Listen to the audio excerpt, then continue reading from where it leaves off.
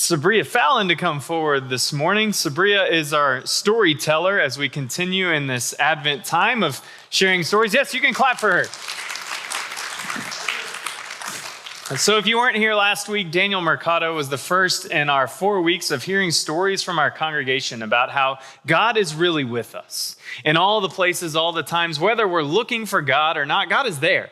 And so during this season of Advent, as we prepare to receive Christ into our midst, we prepare by becoming attentive. And so Sabria Fallon has been courageous enough to share a little bit of her story with us through the podcast. If you haven't gotten a chance to listen to her podcast, I highly recommend that you do so. It's not very long, but it's an impactful story about a time when you really went through a hard moment. And I won't get into all that because the podcast is there for a reason. It's not going anywhere. What I want to do this morning is unpack a little more of that story you shared and then learn a little bit about how you continue to live out and then wrestle with the challenges based on this experience you shared in the podcast. So Sabria, this morning, I want to share with people that what I heard when I heard your story on the podcast was a story about understanding your identity, about it coming into your own of who you are, and more importantly, whose you are. So you described a little bit in the beginning of the podcast about how you're the oldest of 6 siblings. You were a Division I college basketball player, a cadet at West Point,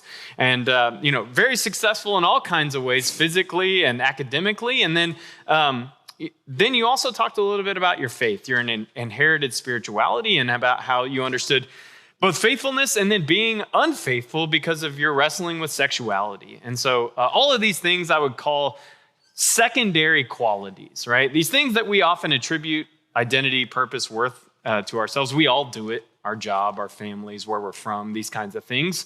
But then at the heart of your story, you share about how you really clung to the primary identity of being a child of God, a beloved child of God, and how this kind of rose up in the hardest moment of your life. So, well, I don't want to assume, but one of the harder moments of your life. So based on this background, I want to ask a couple of questions this morning to begin our time. One, are there still times when you struggle with this wrestling of who you really are, what your identity really is? Is it that you're a beloved child of God, or all of these other things that you may attach value or sense of meaning to? So do you still wrestle with this from time to time in your life? And then more particularly, are there certain situations, events, emotions, experiences that cause you to go back to that wrestling? And the reason I'm asking is because I think all of us can relate to your story in that way, that we don't get it figured out once and we're good. So I'm assuming, is it still a challenge? And if so, what kind of sets you off into that wrestling in these days? I would start off by saying yes. There are definitely still times where I struggle to come from that place of understanding that I am a child of God first. Obviously, with my sexuality and being married to a woman, I didn't just have to come out like one time. There are situations like every day or just when I meet new people where even talking about my family, that I go into situations not really knowing other people's beliefs. And so I do kind of find myself sometimes going into those interactions with a wall up and just kind of fearing judgment. And so I've really had to learn to be comfortable and just really truly believe in my heart that I am a child of God first. And that's how I want people to perceive me when I go into those interactions. So, yeah. I mean, I think all of us wrestle with that. Maybe not in this particular case, but these situations when we get in a different crowd of people or because of our history, that do we really feel safe? And we want to thank you, first off, by being courageous enough to trust us with this story and to be in it with you. So thanks for holding that space with us this morning. In your podcast, you talked about freshman year going into conference play in basketball at West Point. You tore ACL, a ligament that ends your season, right? And it's a tough injury to come back from. But you describe having complete independence in your body. You're physically gifted playing Division I college basketball, and then all of a sudden, you need help just getting up and walking. So I want you to unpack for us that experience of becoming dependent on other people in that time. So I imagine this was a humbling experience, right? Definitely. So what did this experience teach you about the role that community plays in life? And then how did you experience the presence of God through the people that surrounded you in that time and helping you when you were physically dependent? So I was very blessed at West Point, just having a very, I would say, strong community around me. At first, I definitely struggled with just being able to ask for help. Obviously, as an older sibling, I'm always wanting to be the one to, muscle through things, kind of do things on my own. But this experience really kind of forced me to lean into my community. And so everyone from my surgeon that actually did my operation, and then my trainers, coaches, teammates, and family members, everyone kind of all played their own unique role in ultimately getting me back on the court. And so I'm really thankful. And at first it was very hard for me to kind of lean into that. But as time went on, I started to realize truly how blessed I was to have that community around me. I also have a short story. So the day after my surgery, so typically what happens when a player gets a surgery is day after surgery, your teammates and coaches will all come and kind of see how you're doing, check in on you. But my teammate was away on the road for an away game. And so it was just me and my mom day after surgery. So I woke up feeling kind of lonely. I'm in pain, struggling, and wasn't expecting any visitors. And one of my teachers at the time came, and I remember I was, again, not expecting any visitors. And he brought me fruit snacks and a magazine. And this might sound silly and such a simple thing, but to me at that time, for someone who was really struggling and feeling, just lonely and I can't even walk, that was a small act of kindness that I will never forget. To this day, that's a moment for me where I just look back and think about my community and the people that treated me with kindness. And another thing to add, so if you're familiar with military rank structure, he was a lieutenant colonel and I was a freshman cadet. So this teacher, a mentor to me who I really looked up to, brought fruit snacks and a magazine to a freshman in the hospital. So I was just I was just blown away by his kindness, and he's still a mentor to me to this day. So. Well, we believe in the power of simple things in Christianity. I mean, right behind us is juice and bread, right? The most simple, everyday things that we believe has an extraordinary impact on us when we get together and we're not alone. And then I love the image of the lieutenant colonel coming to visit the no-name freshman cadet, right? What's the nickname for freshman cadets? What are y'all called? Plebe. Plebe, that's right, the plebe. Christ present with us, the God of all creation who knows us intimately and every hair on our head. So, I mean, that's a beautiful divine analogy. And I think it says something about the humility of God, right? That God is not above coming to us at any moment in our lives, but particularly the moments when we're not the most presentable, the best versions of ourselves, right? If you've been injured and had a surgery, or maybe you find yourself in a place you didn't want to be in life and you feel the shame that comes with it, or the isolation, that doesn't keep God away or keep God at bay. And so I love the lieutenant colonel representing that divine assurance in that moment. And sometimes it takes us some theological reflection to get there. I'm sure in the moment you weren't like, this is God with us, right? But now you can go back and look. And I think that's so often the work we have to do as Christians in our lives is take time to reflect and look backward about what we might have missed in the present moment, but now we see the fingerprints all along, right? What I loved about your story was that you did do some theological reflection in the hard moments. And so you realized you couldn't play anymore on the basketball team. You couldn't get out on the court, but you still had an opportunity to lead and to be a light for people who were also going through that. So just like you have 6 siblings, you said that you were the first of 6 women on this team to suffer an ACL injury. That wasn't just in one season, right? So I think there was 3 others in that season. Gosh. And then the following season, there was even more. Wow. So, and then there was also some in the season before. So. And you were the first. You were the first to sustain that injury. But you saw this as an opportunity to be present to people, to model for them what it looks like to be healthy, whole, or to keep trying, right? Even when you don't feel like it. And I love that in the season of Advent, as we prepare to receive Christ and we become aware about all the ways Christ is already present and being received in our lives, we get an opportunity to look at the manger every year to see this is how God shows up to us. It's not in the powerful, bedazzled, bejeweled thrones, but it's in the humble, lowly manger. God comes to us as a baby. And so it's in the humbling places that we really do get to not only experience God, but then to channel God for the other people around us in our lives, right? So I want you to reflect with us a little bit for a couple of minutes here and thinking about going through that shared experience with your teammates, about everybody undergoing this season-ending injury. How does it make you think differently about the story of God and God being willing to share the experience of humanity with us? What have you learned about God through this experience? Well, the first thing that comes to mind when I think of that question is the verse 1 Peter 5:9, which is, and I'm going to try to get it right, but resist him, standing firm in the faith, believing that believers all over the world essentially undergoing the same hardships. Mm-hmm. And so when I think about my story with my teammates who were hurt and just the fact that we were all going through like a shared hardship, that really bonded us and kind of made us strong together. And so whenever I would think of, and because I was the first, whenever I would think of, giving up or wanting to take some time off, I would think of them and how I wanted to kind of be a light for them during that process. And, if they saw me return to play successfully and with confidence, that it would give them hope that they could do the same.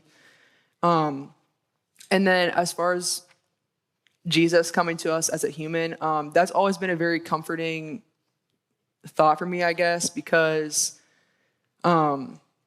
he knows how we experience feelings, pain, and suffering and things like that in our human state. He's not just like a fictional character that has never experienced human suffering and pain and things like that. So for me, that makes it a little bit easier to kind of bring my pain and my problems to him and be like, take this from me, help me work through this. Yeah. So.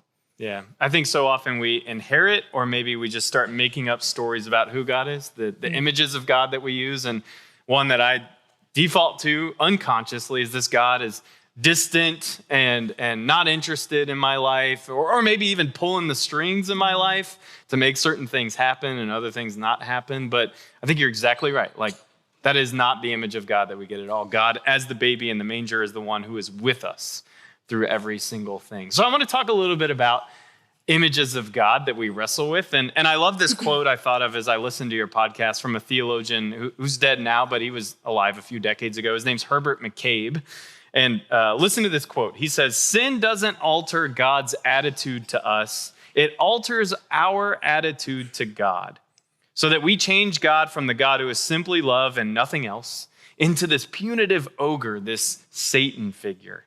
Sin matters enormously to us if we are sinners, but it doesn't matter at all in a sense to God. God never changes God's mind about you or me or any of us. God is simply in love with you. What God does again and again is change your mind about God." So I love that reflection from Herbert McCabe about the ongoing, never failing love that God is and that God has for us. And so I want you to think about that quote. How does it resonate with your story? Does it resonate with what you shared on the podcast, who you are today? And then why do you think it's so hard for each of us, not just you, but all of us, to believe that God really doesn't ever change God's mind about us? Yes, it definitely resonates with my story. When I think back of just the struggles and everything that I kind of endured during that time, God is literally the only thing that I would claim remained the same for me throughout that time. And I think it's hard for us as humans to understand someone or our God as being only good and only love. We only really have our human experiences to draw on. And so to think of this like perfect being that just loves you and cares for you is hard to imagine. So. Yeah. And I often have conversations with people about the nature of church and how church is supposed to be this kind of place where everyone is welcomed and loved and belongs, but then so often it doesn't pan out in reality. And so I have to remind myself first and foremost that the church is made up of people, right? That while we're called to be this kind of community, we often fall short. But again, the hope, the promise that we cling to in Advent is that God is not like us in that way, and thanks be to God for that. That God doesn't change, even though I might be fickle and finicky, that God is unending love. Right. So a couple of more questions before we wrap up this morning. In the podcast, you had this line toward the end that you started to reevaluate some of the beliefs you had as a Christian, as a follower of Jesus, in light of this new understanding of your belovedness, right? That God loves you. So how do I make other beliefs I'm carrying along with me fit with that identity or that core belief that I now have? So I want you to, if you're willing, share one or two beliefs that you've had to reevaluate in your journey since this moment happened at West Point. What are some things that maybe you either had to rethink or maybe even let go of as you continue to evolve and progress in your journey? The first one, and probably the more obvious one, is just the belief that I can be married to a woman and also have a good relationship with God. And then the second one that kind of goes along with that for me is the belief that if I sin, I'm going to endure some like kind of punishment for that in my life. Or if I am enduring or going through a hard time, it's a result of a sin that I committed. And so for me, both of those beliefs just caused me a lot of anxiety and actually like just prevented me from deepening my relationship with God. And so I will say it didn't happen overnight. It took a lot of work and effort to kind of evolve in those beliefs. And I will admit to, like, sometimes I do still kind of get stuck in that trap. And so for me, it's just being aware of it and then asking, praying and asking for God to help me work through those things. Yeah. I mean, I appreciate you being willing to share that, because I think a lot of us still have the Santa Claus view of God, right? If you're naughty or nice, and then God will give you things accordingly. But again, thanks be to God, God's not like that. And I think the calling for all of us as people who follow Jesus is to remember that faith is active and dynamic. And so we see that modeled in your own story, that you're not the same person you were as a freshman, as a plebe at West Point, and nor were you the same person when you were 5 years old. And one of the things that grieves me in my own life and then the life of the church at large is that I see a lot of people with 5-year-old faiths as grown-up adults. People who were clinging to something because of the anxiety of letting go of something.